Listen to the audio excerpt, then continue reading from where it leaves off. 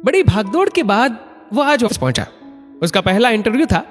घर से निकलते हुए वो सोच रहा था, काश इंटरव्यू में आज कामयाब हो गया तो अपने पुश्तैनी मकान को अलविदा कहकर यही शहर में सेटल हो जाऊंगा। मम्मी पापा की रोज की चिक चिक मगजमारी से छुटकारा मिल जाएगा।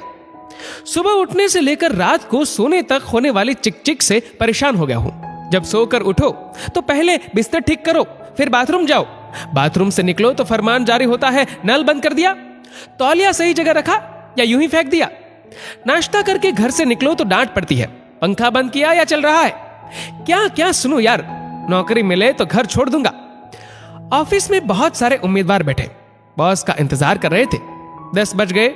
उसने देखा पैसेज की बत्ती अभी तक जल रही है। मां याद आ गई तो बत्ती बुझा दी। ऑफिस के दरवाजे पर कोई नहीं था। बगल में रखे वाटर कूलर से पानी टपक रहा था। पापा की डांट याद आ गई, पानी बंद कर दिया। बोर्ड पर लिखा था, इंटरव्यू दूसरी मंजिल पर होगा। सीढ़ी की लाइट भी जल रही थी। बंद करके आगे बढ़ा तो एक कुर्सी रास्ते में थी। उसे हटाकर ऊपर गया तो देखा पहले से मौजूद उम्मीदवार जाते और फौरन बाहर आते। पता किया तो मालूम हुआ बॉस फाइल लेकर कुछ पूछते नहीं, वापस भेज देते हैं। मेरा नंबर आने पर मैंने फाइल मैनेजर की तरफ बढ़ा दी। कागजात पर नजर दौड़ाने के बाद उन्होंने कहा, कब ज्वाइन कर रहे हो?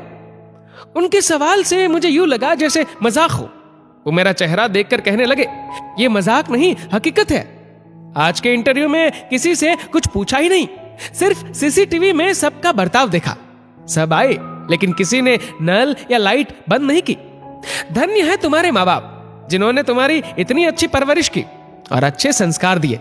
जिस इंसान के पास सेल्फ डिसिप्लिन नहीं, वो चाहे कितना भी होशियार और चालाक हो, मैनेजमेंट और जिंदगी की भागदौड़ में कामयाब नहीं हो सकता।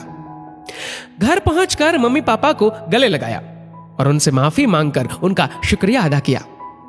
अपनी जिंदगी की आजमाइश में उनकी छोटी छोटी बातों पर रोकने और टोकने से मुझे जो सबक हासिल हुआ, उसके मुकाबले मेरी डिग्री की कोई हैसियत नहीं थी। और पता चला जिंदगी के मुकाबले में सिर्फ पढ़ाई लिखाई ही नहीं, तहजीब और संस्कारों का भी अपना मुकाम है। संसार में जीने के लिए संस्कार जरूरी है। संस्कार के लिए माँ बाप का सम्मान जरूरी है। जिंदगी रहे ना रहे, जीवित रहने का स्वाभिमान जरूरी है। दोस्तों, इस वीडियो को लेकर